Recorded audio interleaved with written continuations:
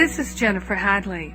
Since you're listening to this recording, you must be interested in living your very best life and being a loving presence in the world. I send you appreciation and love for your commitment. Every step of willingness each one of us takes in the direction of love, compassion, and forgiveness is a powerful step that benefits all sentient beings. Thank you for being on the path with me.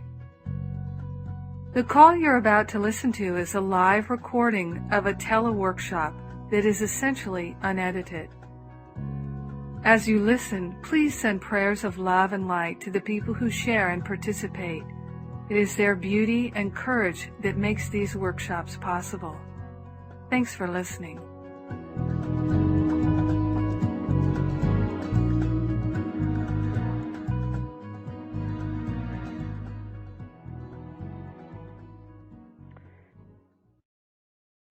This workshop is something that you'll be able to go back to again and again and to use if you ever feel that you get stuck on something. One of the things that I intend in all of my teaching and my classes is that people who re-listen will receive more and more and more. So you can think of your healing, your expansion, your spiritual unfoldment as a spiraling upward.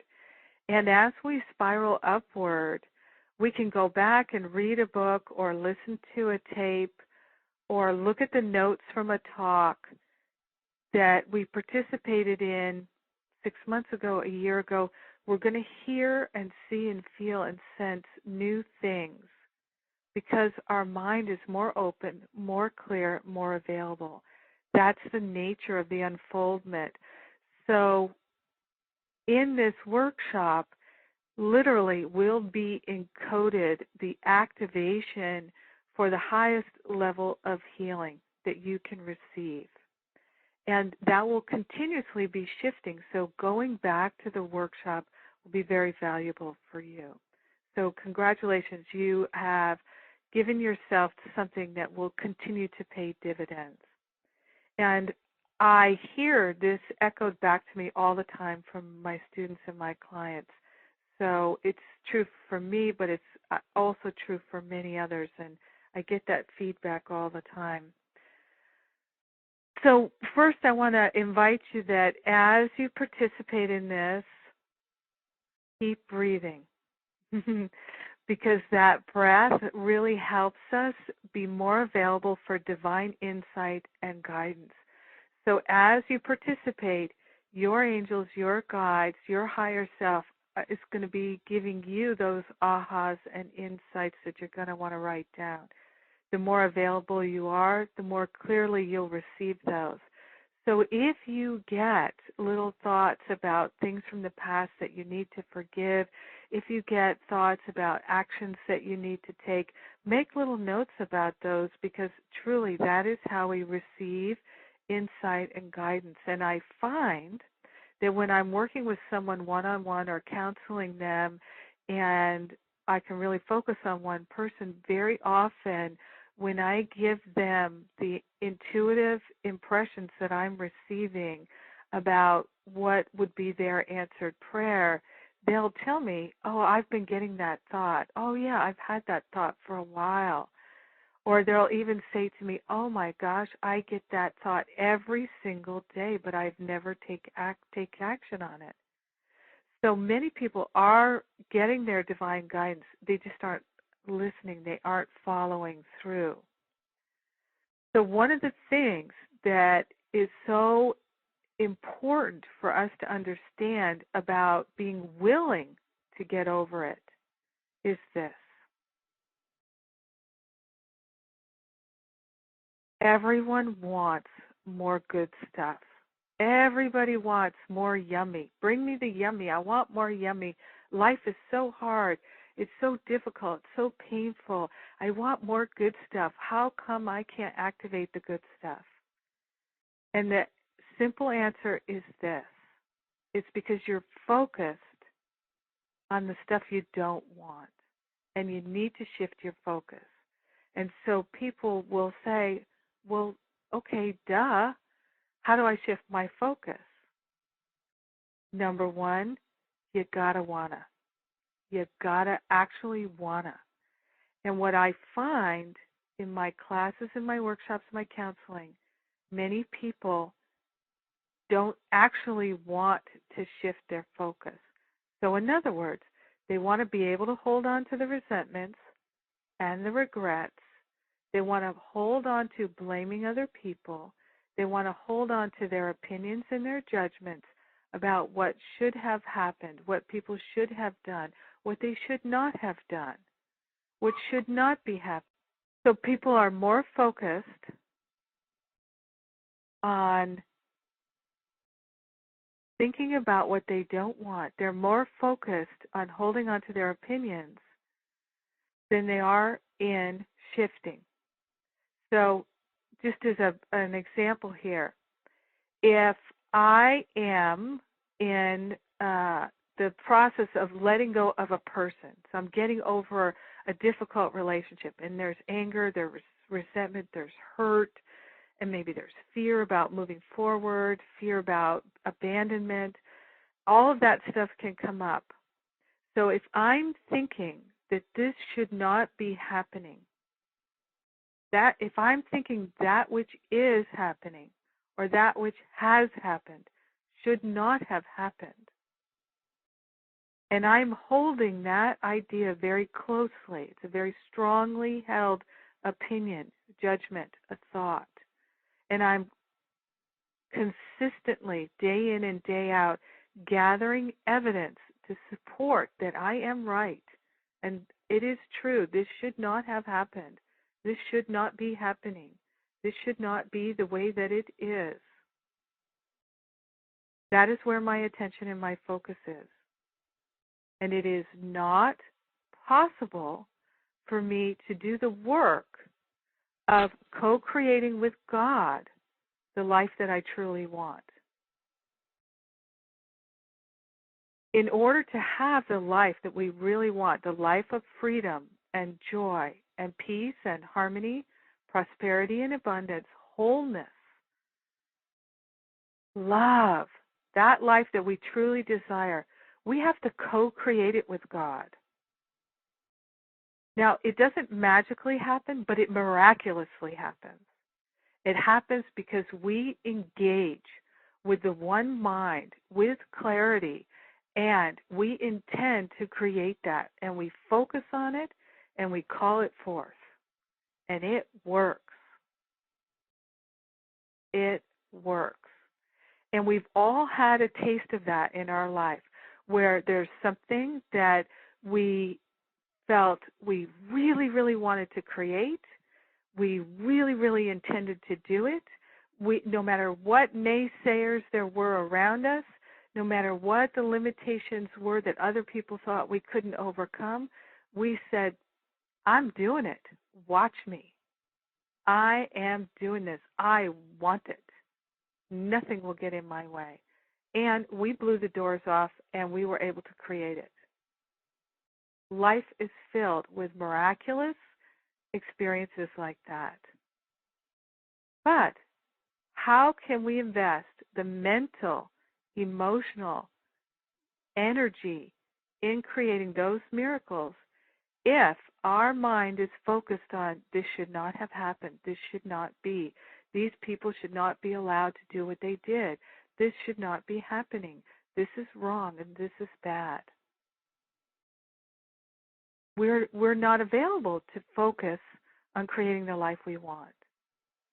So I'm saying all of this to help you realize that first you must find motivation. So when you realize, oh, I'm the one that's creating this sense of distress, and I can choose to get over it. I can choose to discipline my mind to focus on what I want and give up my opinions and judgments about what happened in the past. I can do that. I can choose to do that. I can invoke divine support to do the heavy lifting. and I can get her done. You start to build that motivation. So this is one of the things that is key. We don't give up anything that we truly value. So if we truly value the idea that what happened should not have happened, and that judgment and that opinion is more valuable to us, and keeping it alive is more valuable to us than sharing our gifts and talents, than having new love, than having abundance and prosperity and freedom. It is our choice. We have free will. If we don't change it, it's never going to change. Only we can change our minds. Now, for any of you who have been on the Course in Miracles calls with me on Monday night, or taken my Finding Freedom workshop, Masterful Living, some of the other things that I offer, you know that one of the primary things that I teach is that we really can work with the invisible field to do the heavy lifting. But it requires our willingness. So all of this talk so far is really to cultivate your authentic willingness. That's the first stage. You must have that true willingness. And the more you can want the healing, more than you want to be right about what happened in the past, the better chance you have of getting it done quickly. So you can definitely get it done, and you can get it done quickly and miraculously. It's according to your willingness, and your willingness is according to your motivation. So Reverend Michael Beckwith talks about the pain pushes until the vision pulls. And I say the pain pushes and the vision pulls all the time, every day. The pain is always pushing us to let go of our opinions and judgments and thinking we know how it should have been or should be now. And the vision is always pulling us to choose higher, to let go of the judgments and opinions, to move on. So probably everyone who's listening to this workshop is being pushed by the pain and pulled by the vision. So we want to let go of the opinions and the judgments about the past, so we're not pushed by the pain so much. Then we can literally hear the voice of the vision that is always there more clearly. When we don't think we already know what's right and wrong, what's good and bad, then we can hear more clearly what is, and the miracles, the miraculous possibilities of our living a fulfilling life. We can hear them more clearly. So keep breathing, take a deep breath. Now, saying all that, I'm going to give you the formula that works for me, and I've already given you a couple of stages. So the formula goes like this, and you can write it down. And also, I'm just going to mention here, I am finishing a book that I'm writing called Your Opinions Are Ruining Your Life, so stop it for God's sake. And for everyone who's listening to the call today, I'm going to send you the chapter called Get Over It. So some of these things are in that chapter. So you'll have those written notes. And that'll be a big support to you. So number one, in this formula that I'm giving you, this recipe that I'm giving you for getting over it, that you'll be able to use over and over and over again, start by invoking divine grace. Divine grace. And then cultivate your gratitude. Be willing to be grateful. Third step, you're cultivating your willingness to heal. Your willingness to heal and move on. Number 4, you're going to have to let go of your opinion. You cannot get over it as long as you think you're right. Number 5, you're going to have to forgive other people and you're going to have to forgive yourself. Number 6, be grateful again. Be grateful. Be grateful. And number 7, keep repeating until you have a total miraculous healing. So I'm going to go through each one of these fully, plus more, during this workshop. So again, we're invoking divine grace. We're invoking the Holy Spirit. We're invoking the ascended masters, the archangels, the ancestors. What I call the spiritual ohana. Ohana is a Hawaiian word that means family, posse. Call it your spiritual posse. Invoke this team of light beings and energy to do the heavy lifting. So powerful. So there's the teaching, ask and it is given. So ask for the support. Ask for that support. Really cultivate it. Invoke it. I love that word, invoke, because it really means call it into your being. So this is what I do, is I literally see this spiritual posse, the ohana, the archangels, the ascended masters, and my ancestors, taking their energy and moving into my aura, my energy field. I'm asking them to help me see more clearly and feel more clearly and know more clearly and hear more clearly the truth, the divine truth, because the truth really does set us free. And the truth is not upsetting. It's not distressing. So we invoke divine grace, and then we cultivate gratitude. Now, here's why we start here with this gratitude. We're grateful because, A, it lifts our vibration, and at the higher frequency, it's easier to hear, see, know, and feel more clearly. We want to lift our vibration with gratitude. And what do we want to be grateful for? We want to be grateful for our healing. We want to be grateful that we are experiencing a miracle right now. We're intending it. We're calling it forth. We're opening to receive it. We're allowing it. We're accepting it.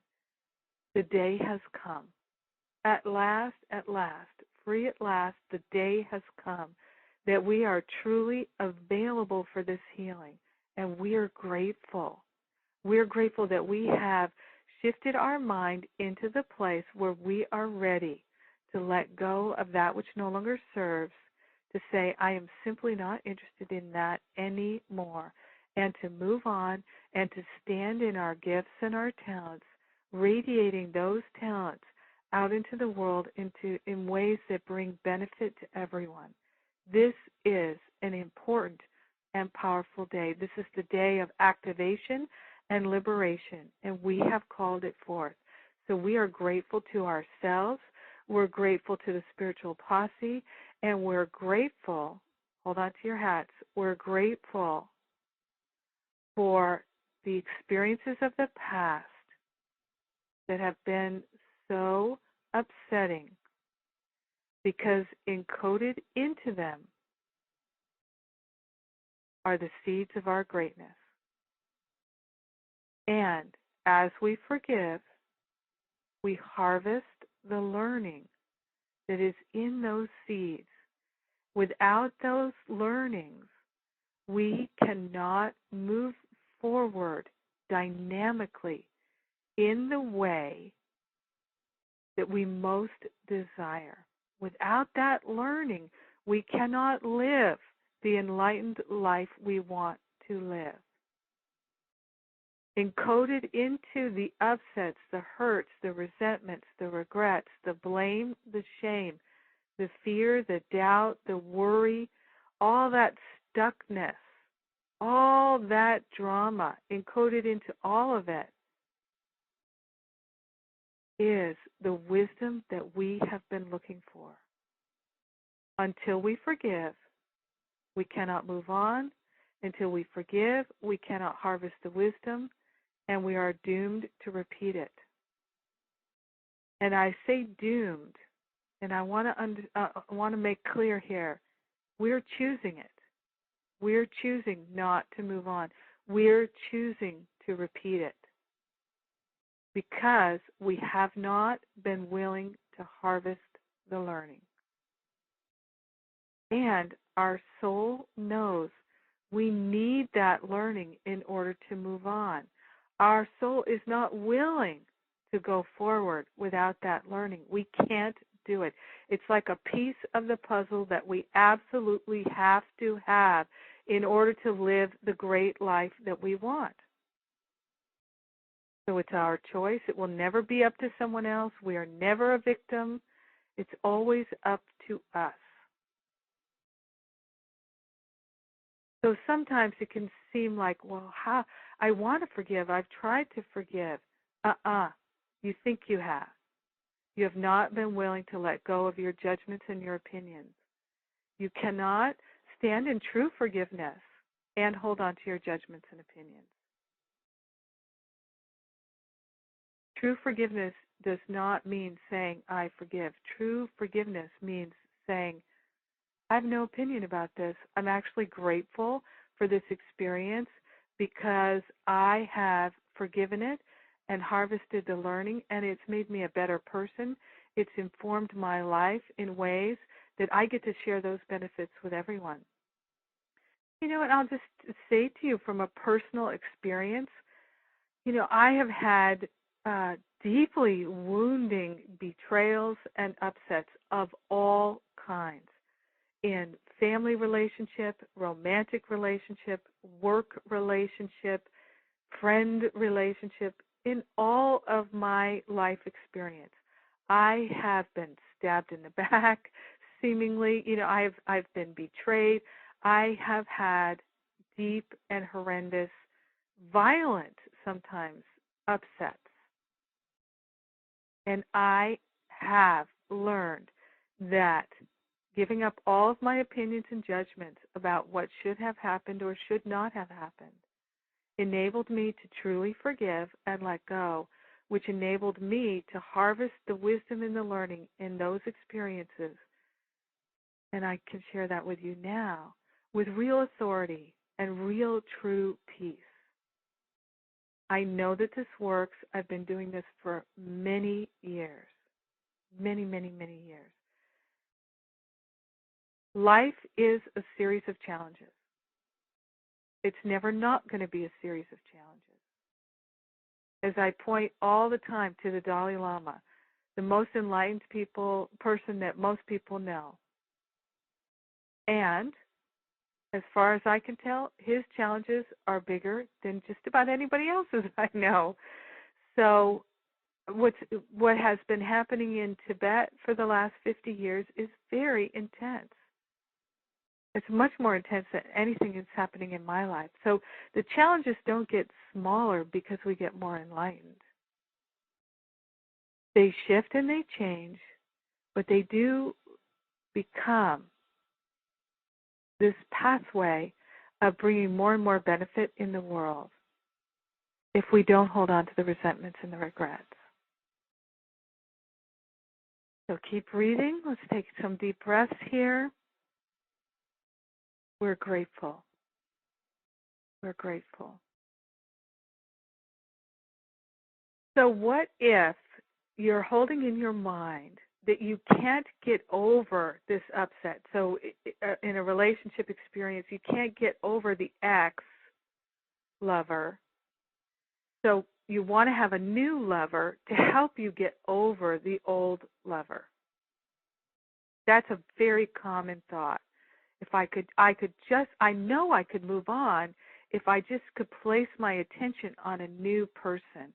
I know I could move on from having been fired from that job if I could just find a new job. You see, that's such a common thought. Who hasn't had that thought? And inherent in that thought is that what you're going to do is be distracted. You're not actually going to forgive. You're not actually going to get over the past. You're going to be distracted and consumed. So you're going to push the old stuff down and build something new on top of it. And what is guaranteed is that the new that you build on top of that, one day you're going to start to realize, oh my gosh, there is a stink coming from the basement. And it is infecting this whole house. I have built my house on a burial ground. And that burial ground is filled with demons. And this is not going to work. Now, this is what people do all the time. So that's not getting over it. That is, in one way, you can think of it as some self-medication. So you can. What comes to my mind is I keep thinking of a baby. You don't want them to eat the lollipop, so you take the lollipop away, and then they just put their thumb in their mouth.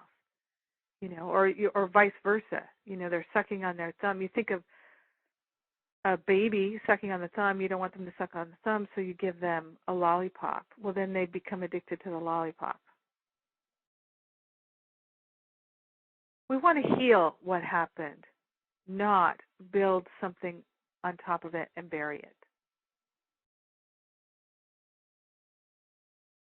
That is valuable information. So we're cultivating our willingness to let go of the opinions, to let go of our perceptions, the way that we see things that we think is so right.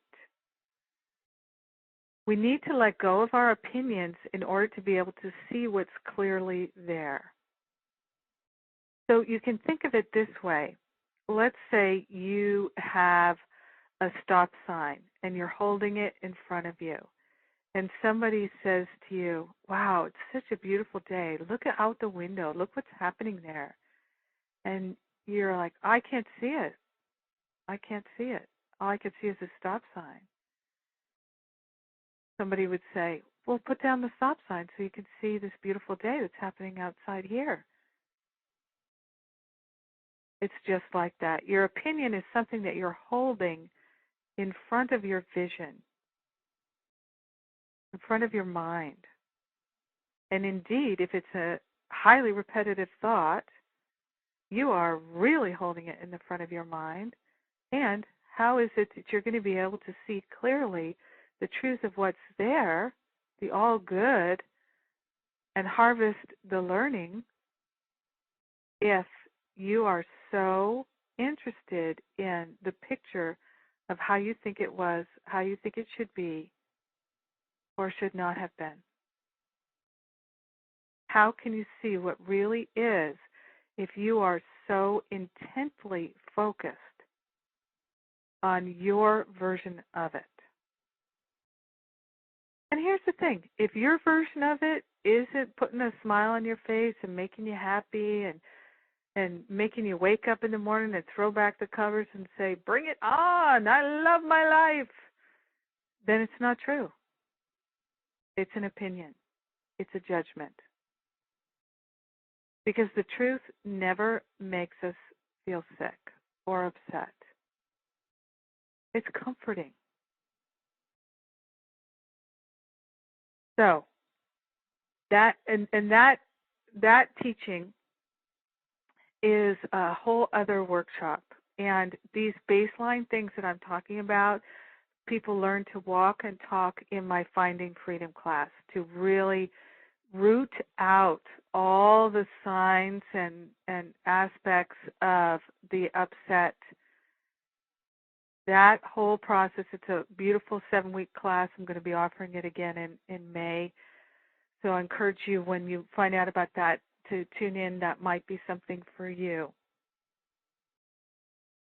Willingness to let go of your opinion. That's what we're talking about here. So the opinions block our ability to see and know and feel and sense clearly. It just makes sense. Think of it this way, that you're driving in your car and you're listening to the radio, you can't listen to two radio stations at the same time. You can't. It's not possible. So if you're playing the radio station of, I'm not good enough, that shouldn't have happened, these people will never understand, I'm never going to be able to get over this, I'll never be whole again. They should have done something different. They don't understand me. They don't respect me. I'll never be able to get through to them. I'll never get my money back. Whatever it is, if your channel is tuned to that station, if your radio is turned to that station, you'll never be able to hear the truth that is always broadcasting all the time. So the number one thing that we're going for here is the willingness to change our minds about it and to see clearly about it. So it's always a series of judgments and opinions. So right now, let's see if you can tune in and come to some of the major judgments and opinions. What are the major judgments and opinions that are repeating in your mind and giving you that feeling that you can't get over it? So you're going to start to write these down, the judgments and opinions that you haven't been able to release. So we're writing down the judgments and opinions that have been at the forefront of our mind. Now, going back to what I said at the beginning, this is how we create with the divine. We co-create. We call things into being by thinking about them and intending them. And the stronger our intent is, the more easy it is to create something and call it into being. So if the thought is, they're never going to understand me, I'll never be able to make it right, I'll never get over this, they should have done something differently, then what we're doing is we're making a commitment, we're making an agreement, we're intending, and we're inviting the entire creative mind of God to affirm with us what we believe. We're literally invoking the Spirit to stand with us in this belief system that we are creating out of our judgments and our opinions. As long as we keep saying, they should love me this way, not that way,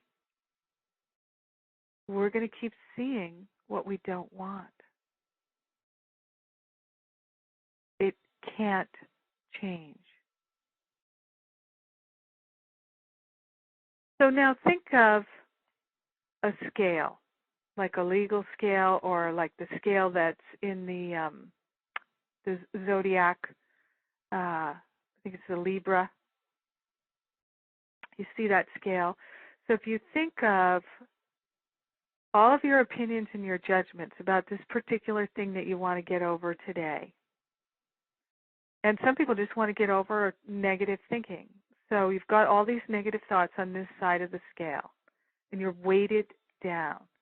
If you want to bring yourself into balance, you've got to put more weight on the other side of the scale. You've got to. Otherwise, you'll never be able to tip the scale into positivity. It's just not possible.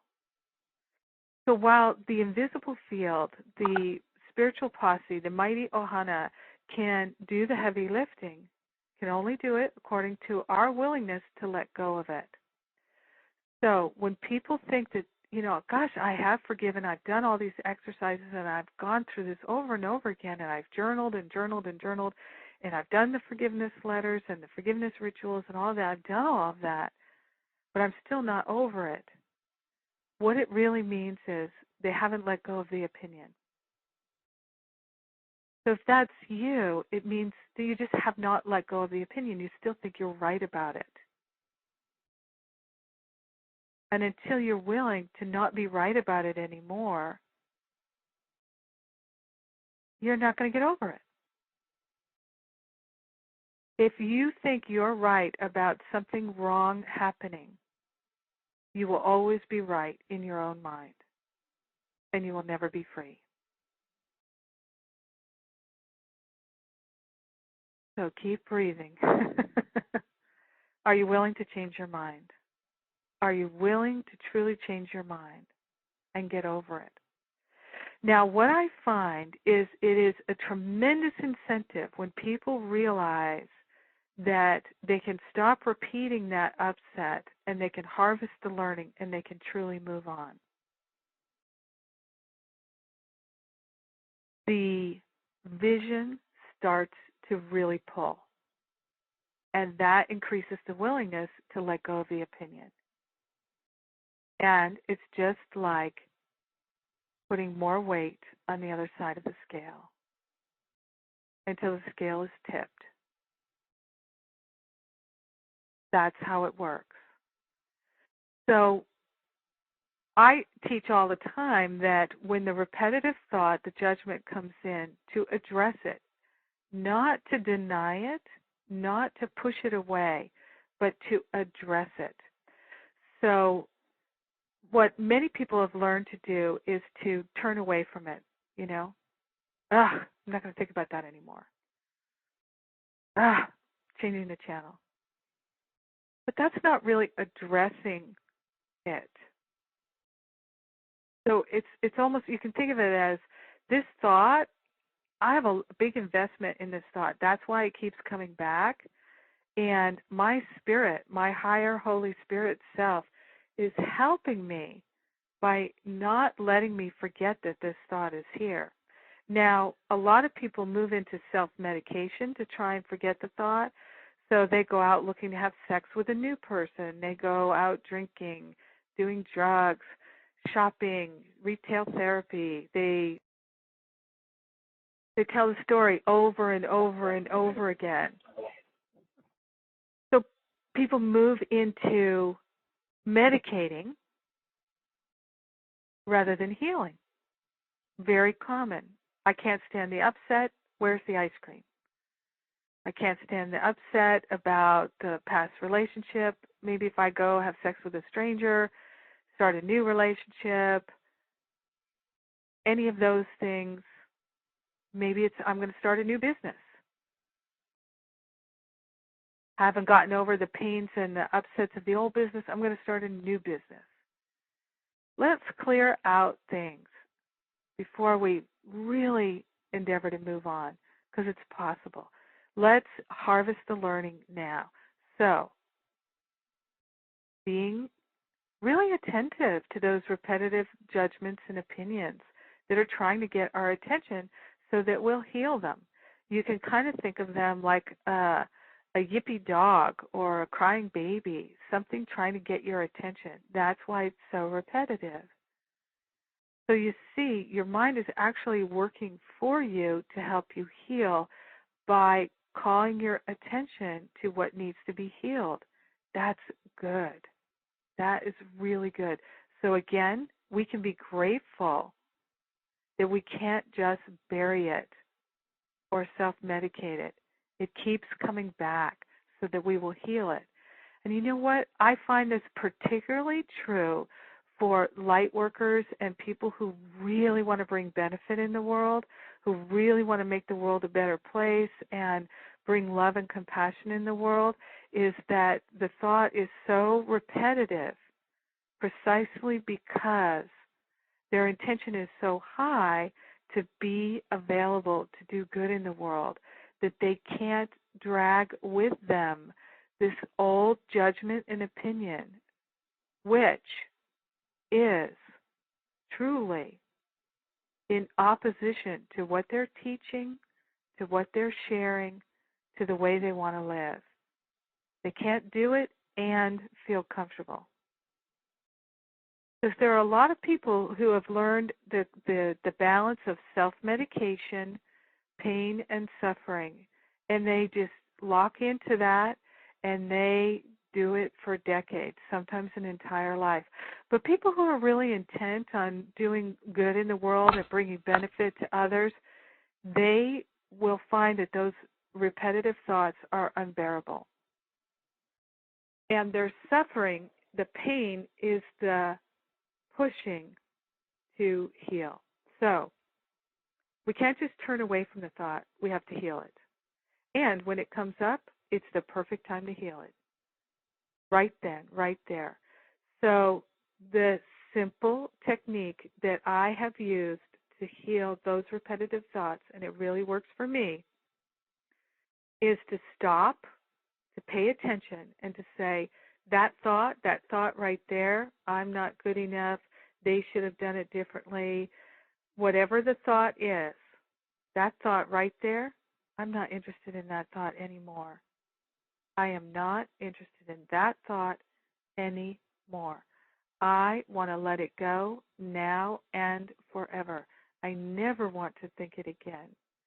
I invoke the spiritual posse, divine grace, Holy Spirit, Mother Mary, Archangel Michael, whomever and however you want.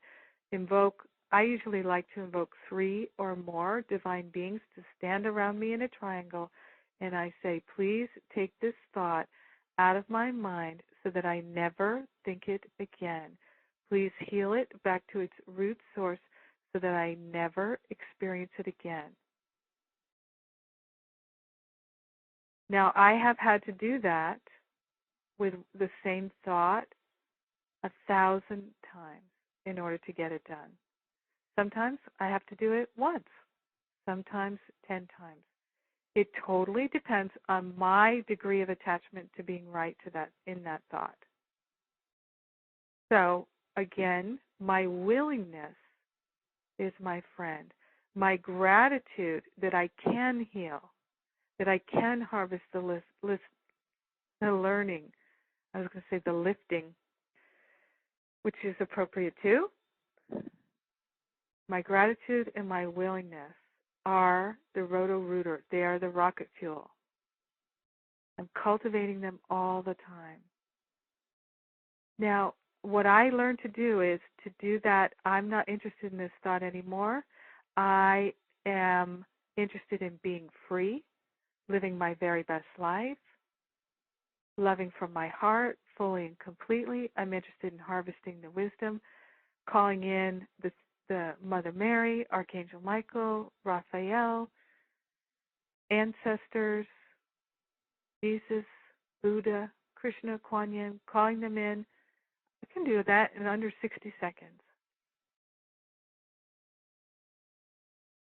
And as I've said before, if you start with a huge, stinky pile of burning trash, if that's what your repetitive thoughts feel like, 10,000 pieces of stinky, stanky stuff burning up your house, if you give 10 of those thoughts a day to the Spirit for healing, and you really mean it, at the end of a year, you will have 3,650 less thoughts of negativity. You will have cleared away 1/3 of a huge pile. In 3 years, you will be pristine.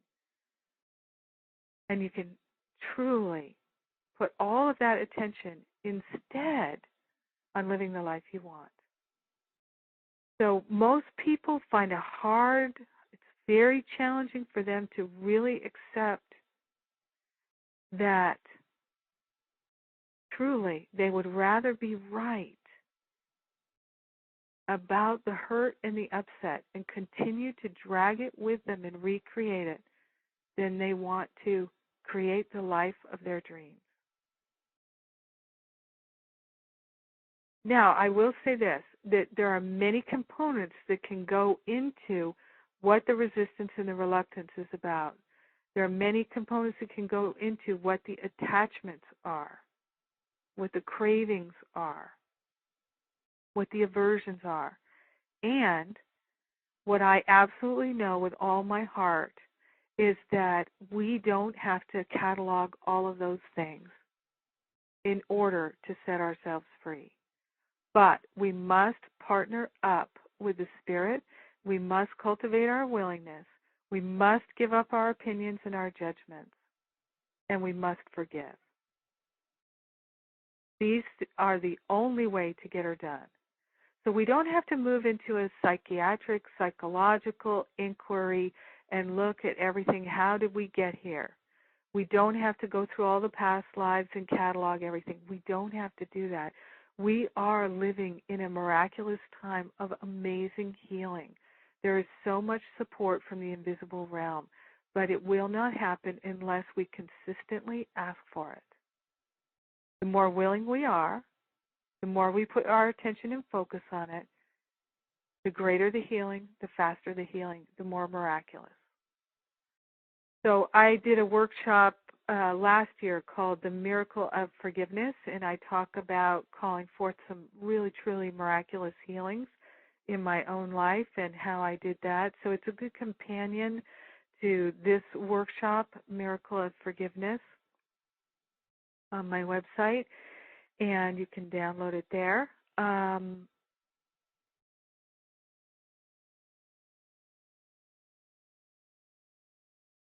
So letting go of the opinions. And I'm going to talk for a few minutes about opinions here. Opinions are different than perceptions. Opinions are when you think something is good or bad, right or wrong. It's a value judgment. And truly, I believe that opinion is just a pretty name for judgment. So it's saying good and bad, right and wrong. Those are the cause of the upset. But here's the thing. We can say that we think that something shouldn't have happened. We can say that the Holocaust should not have happened. But that really is saying, okay, move aside, God. I have examined the evidence, and based on everything in all directions of time and space, because I have that level of clarity, I can see that this should not have happened. The upset is not outweighed by the benefit. And I can see into the future, I can see into the past, in all directions of time and space. I'm able to look into every human being's mind and see that it should not have happened. We can't do that. We can never do that in our own lives or anyone else's life. We never know whether something should or should not have happened. I've been fired from jobs that I wasn't willing to let go of. Thank God they fired me. And thank God I didn't waste a minute thinking that should not have happened. Because I could have wasted 5 years thinking that should not have happened. And I have done that. I have wasted a lot of energy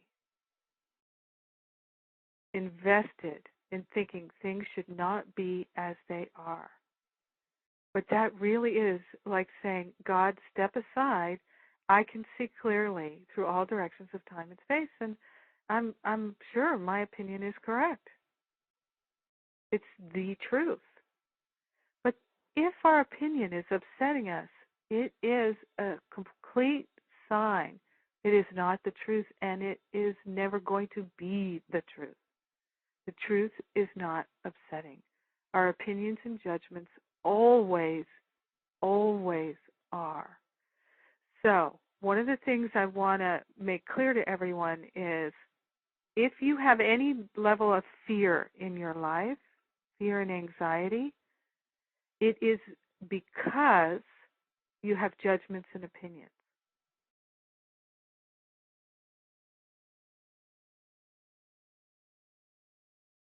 The judgments and opinions don't come from being afraid. The fear comes from the judgments and opinions.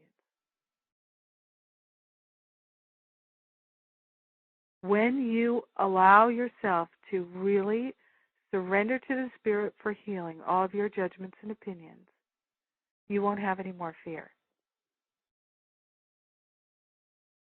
Why? Because you won't be creating it. Remember, all of your thoughts are co-creating with the divine. If you're thinking thoughts that are essentially thoughts of attack and blame and shame, that's what opinions and judgments are, then you're in attack mode. You're creating a world that's never going to be safe for you. You don't think that safety is important. You're not interested in a sense of safety and peace. You're interested in your opinions. And you're putting your time and attention into them, your energy into them. And with every single one of them, Spirit is going to co-create that experience.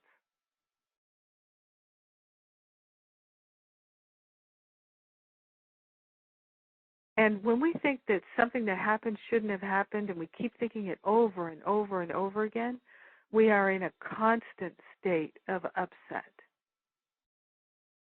It's like we're re-experiencing it every time. And here's what happens. Because our mind is so powerful, and our body is always responding to what our mind is thinking, the more we keep thinking that shouldn't have happened, that shouldn't have happened, that shouldn't have happened, we literally create this disturbance in our body. We create illness by creating a steady stream of upset through our neural pathways, through our nervous system, which is releasing all kinds of chemistry into our bloodstream and carrying it to every cell and fiber of our body. Do you see that it's not rocket science? And that for those who are willing to see, they will be shown. For those who have ears to hear, they will hear it. And it's our willingness to let go of what we've been holding in the front of our mind that enables us to give the heavy lifting to the Spirit so that we can see clearly. You know, they talk about the scales falling from my eyes. That's what we're talking about here. People have been talking about it for thousands of years. And we won't hear it until we want to hear it. It's not according to who's saying it. It's according to our willingness to hear it, our readiness. So when we're in a circumstance where we're in a relationship, that we're committed to being in that relationship, and we've had a betrayal, a hurt that feels really deeply wounding, maybe even intentional and cruel, it can feel like it's very, very hard to get over it. Now,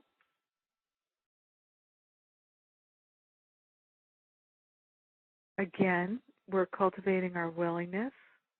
We're willing to see that there is benefit for us getting over it. And sometimes we deeply really want to get over it, but it feels like something we just can't move on from. Sometimes there's a component of a past life experience. And that past life could have been in this incarnation or another one. So it could be something from our current lifetime or a past lifetime that's being triggered. So in other words, there is a lot of learning here to harvest. That there is what some people would say karma to clear. And so forgiveness is what is going to help us do that. Now, there's a proviso I want to offer here. Many times, there's a lot of statistical research about particularly women who have been physically abused, children who have been abused, and they want to just get back to their abuser as quick as possible. And it doesn't make any sense. And sometimes there are people who have been hurt by someone and they can't ever feel safe or secure around that person anymore. In some cases, it may be that you haven't gotten over it. In other cases, it may be that that person is not a safe person for you or anyone to be around or to be in relationship with. And maybe you're not a vibrational match anymore. And maybe it's time for you to take a break from that person and give yourself a chance to recalibrate energetically. Because here's the thing is, life is filled with stories of couples who separated for 3 months, 6 months, a year, 5 years, and they remarry. Or they get back together. And everything has changed. I myself have participated in families who have not spoken to each other for 10 years, 2 years, 3 years, 5 years, and then they get back together. Love is permanent. Our connections to each other are permanent. They are not based in time and space. Some relationships in the bounds of time and space are for a season or a reason. We need to be willing to open our minds to see more clearly. As long as we think we know, we won't be able to do that. So sometimes if we're getting the message to forgive, to have compassion, to get over it, but not to go back, it can seem confusing. So we need to look at what is the message here. And sometimes we just cannot do that until we take a temporary time out. And you know what? Here's the thing that I know. Pretty much in most cases in my life, and I've not been married, but even if I were married and I really loved that person and they said they needed to take a time out to recalibrate in order to get clarity about the relationship with the intention of deepening the relationship, I would be so supportive of that. You know, I might feel threatened, I might feel uncomfortable, but I would be supportive of that.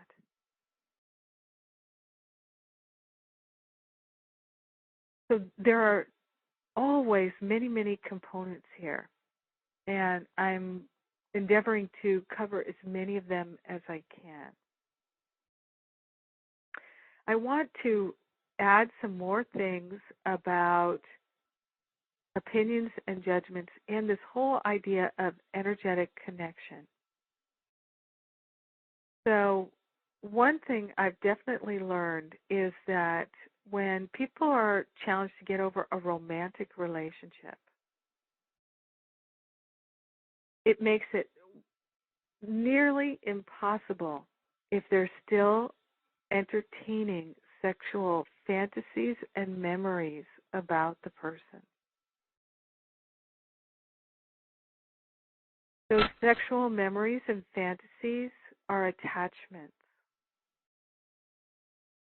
So when we allow our mind to activate our body and create a closer, intimate connection with this person, we can't get over it.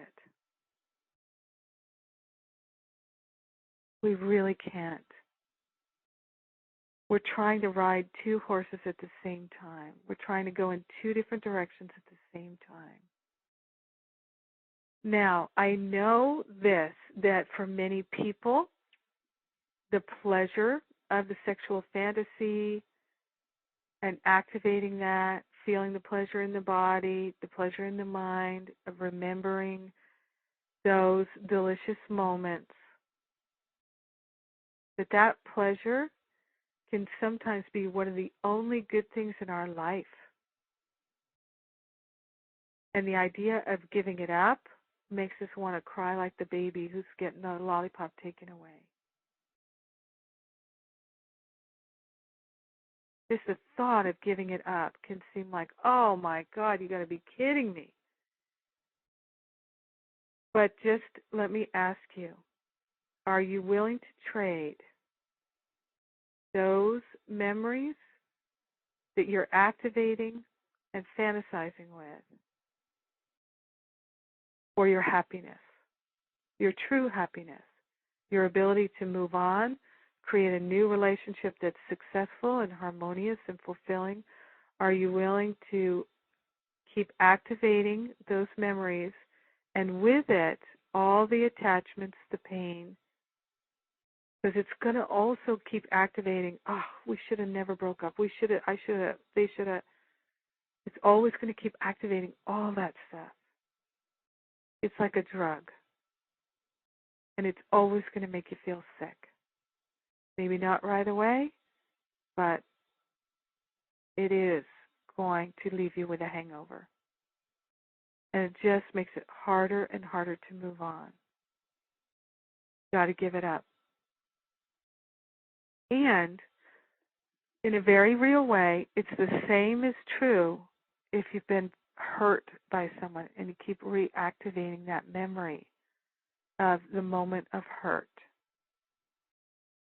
Because you feel it in your, first you think it in your mind, and then you feel it in your emotional body, and then you feel it in your physical body.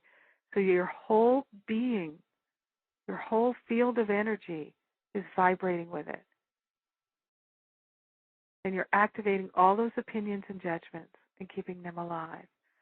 So this is why I find that people have real success when they say, I'm not interested in that anymore. Please take it out of my mind so that I never experience it again. Heal it back to its root source so that I truly never can pick it back up again. And sometimes when it comes to those sexual memories, we need to do a ritual. So we need to say, okay, one more time, I'm going to reenact these things in my mind, and that's it. This is the last time. And then I'm going to place it onto the altar, and I'm going to say, please take this out of my mind so that I never experience it again. And that way you can make room for new experiences that are even more yummy. But as long as you're holding those in the front of your mind, you're simply not available to move on. It can be a really challenging thing to disconnect from because it can feel like an addiction. The opinions and judgments often can move into an addictive quality, especially when we have a strong emotional reaction to the thoughts and a strong physical reaction. It sets up a whole chemical reaction in our body like dominoes, in our mind, our body, emotional body, and it becomes highly addictive. It's intensely distracting. And then we have this excuse, well, you see, I can't really create the life I want because these things happened to me in the past and I haven't been able to get over it. But the thing is, we don't actually want to get over it. That's why we keep thinking about it over and over again. We kind of like thinking about it. As crazy as that sounds, we like all the drama that it creates. We like feeling right about it. We like making them wrong. We like all the drama in the body. We like having an excuse not to try something new. We like having a good reason not to move into our gifts and talents and the challenges that that would bring. Or a new relationship and the challenges that would bring, that we could get hurt again in the same way that we haven't even gotten over yet before. All of these things can get activated and brought into play. We want to move into forgiveness. Forgiveness. Now, on my website, on the store page, and creating a downloads page, there is a forgiveness letter that you can download. It's a process that's deeply and profoundly healing. It's free. You can work with it over and over again. you're going to need to, first forgive yourself. Go first. Forgive yourself for whatever needs to be forgiven. And this forgiveness letter process is pretty thorough, although you may need to do it a few times. The forgiveness letter will help you loosen up those opinions, loosen your hold on them, and let them go. One of the things that I know is that very often we hold ourselves in these opinions of, well, I should never have allowed myself to get involved with that person in the first place. I should never have said those things that hurt them so much that shut them down and made them go look for somebody else. I should never have done this, or I should have done that. There's usually a lot of unforgiveness towards ourselves. Or we should have realized when they said X, Y, and Z, they meant it, and I didn't believe them. When they said, blah-de-blah, I should have realized, oh, my God, they are going to fire me. Or I need to look for a new job. I heard that voice 6 months before they fired me. Oh, no. Now I'm trying to look for a job, and I've been fired. We need to forgive ourselves. We need to forgive ourselves. If only to forgive ourselves for taking so long to develop the willingness. Whatever we can find that we're holding against ourselves, whatever judgments or opinions that we're beating ourselves over the head with, we need to let them go. The forgiveness letter will help. Now, forgiving ourselves is often harder than forgiving someone else. Many times, it looks like we can't forgive the other people, when in fact, what it really is we can't forgive ourselves, and we're projecting our anger out onto the other people. And oftentimes, if we forgive ourselves, then it is so much easier to forgive the other people. Now, I've worked with people individually who have been holding on to things for years and years, in deep pain and suffering. And when they truly move into these stages of grace and gratitude and willingness, letting go of the opinions and forgiveness, they have a miraculous healing. They have a miraculous healing. And it's a huge aha, giant shift in their energy, amazing release. And then, here's one thing I can tell you.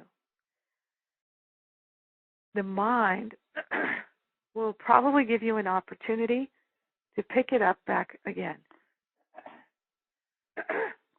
That your mind will probably give you an opportunity to pick up the judgments and the opinions again. If you want them, they're yours. You can pick them back up again.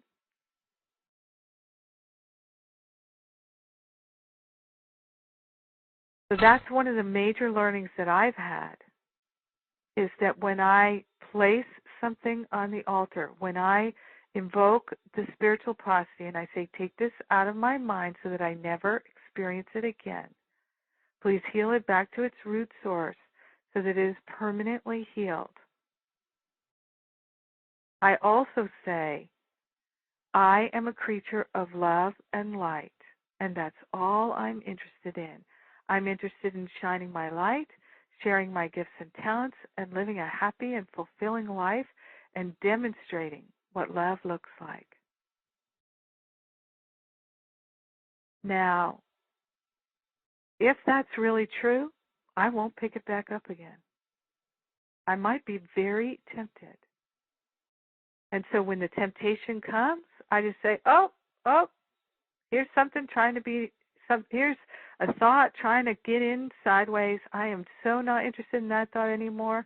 I am leaving that on the altar. I am going to let Spirit do the heavy lifting. I am done with that. Phew, I'm so glad to know and affirm to have the opportunity to affirm that I am done with that. Please take it out of my mind now and forever so that I never experience it again. Heal it back to its root source, and please, if anybody else in the human realm is having this same issue, let this be their healing too. I want to share the benefits with everyone. I am so done with that. Thank you, thank you, thank you. And what I find is it's done unto me according to my willingness, according to what I truly believe. Am I more interested in harvesting the learning or being right? Do I want to have a reason, an excuse to play small, or do I want to let it go and live in love? No one else can do it for me. It's up to me. Now, people can assist us, so having a prayer partner, working with a spiritual counselor, working with me, working with a group.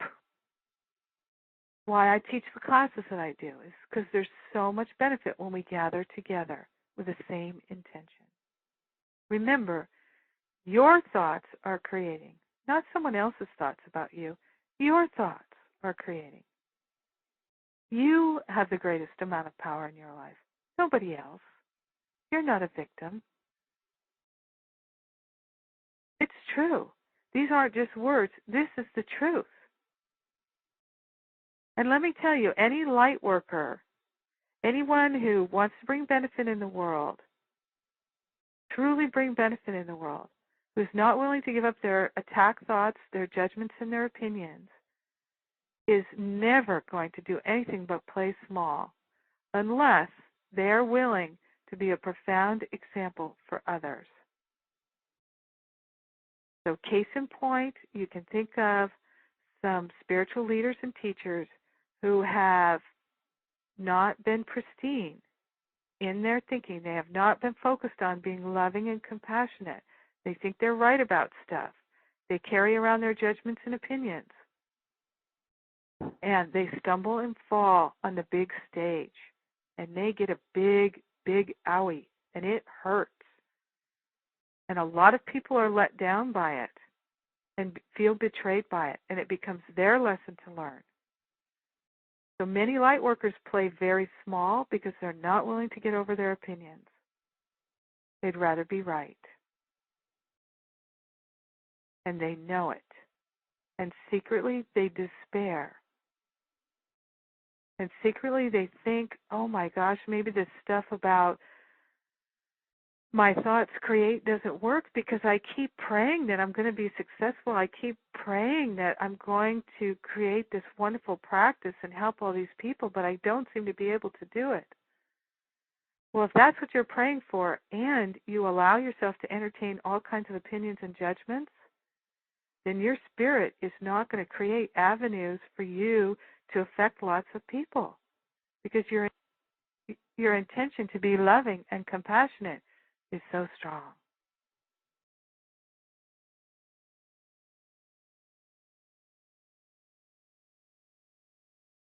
That is important to realize. Take a breath. Let's take a breath. Let's take a breath.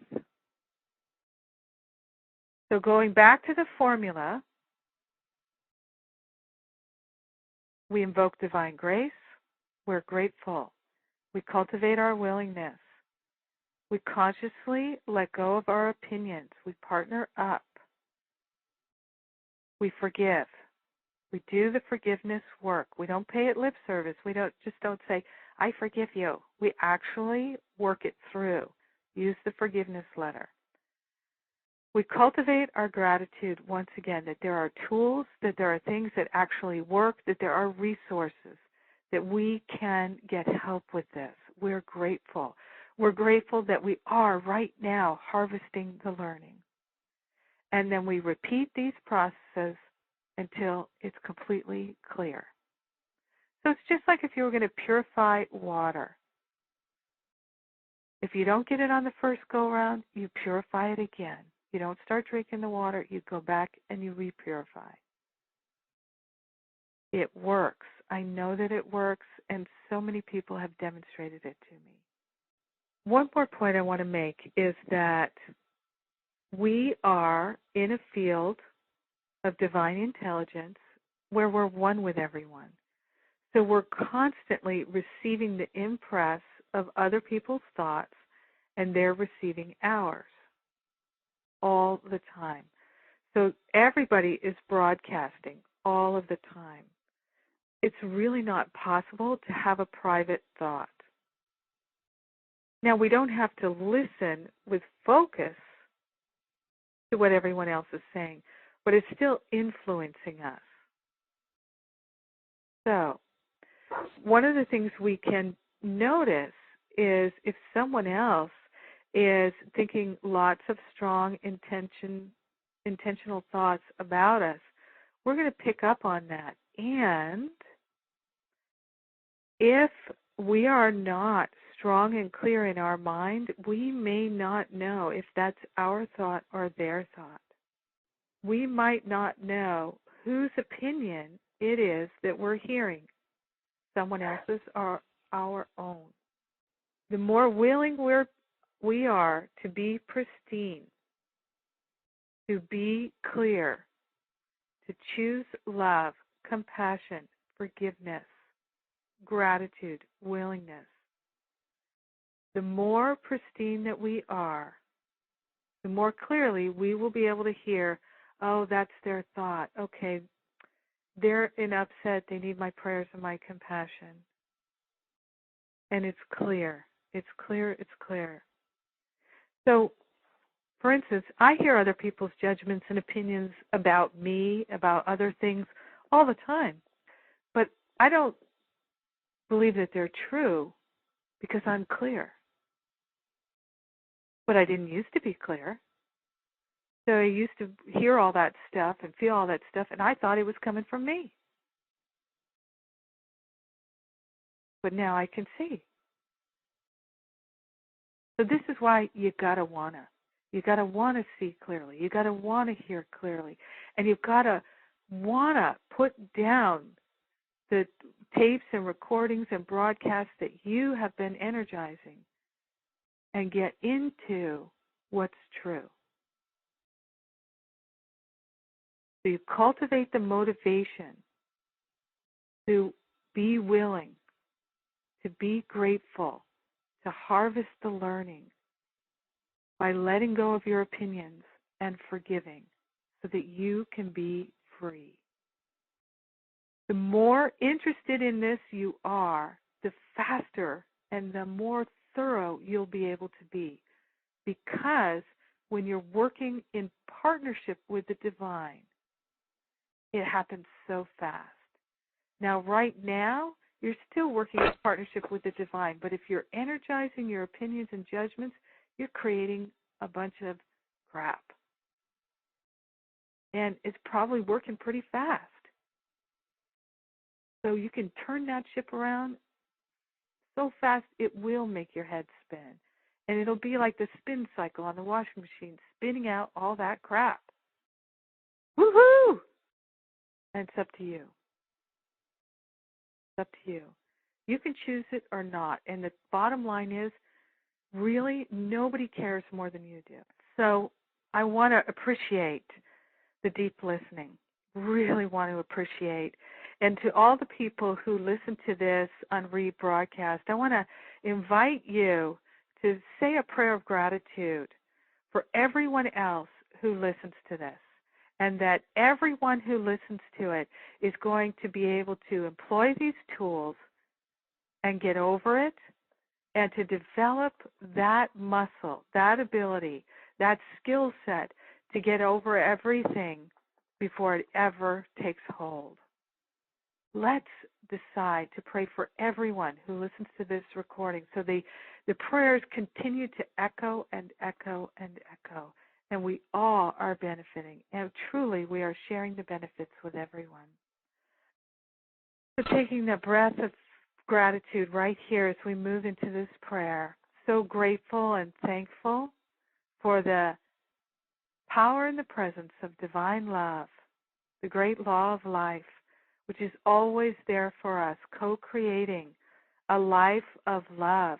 We open our living, loving hearts more fully and more completely right now to be the gift, to be the joy, to be the peace, to be the harmony, to truly walk in the world as love and light, a healing presence, sharing our gifts and our talents with everyone because we're one with them.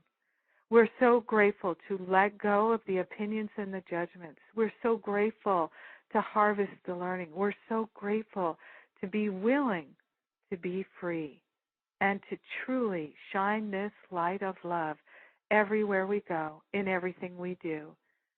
We're grateful to give the heavy lifting to the Spirit, and we rejoice to leave it on the altar, all the upsets, worries, and concerns, to leave them there, to let it be, to know that it's done, to accept it and allow it, and to affirm, it is done. And so it is. Amen.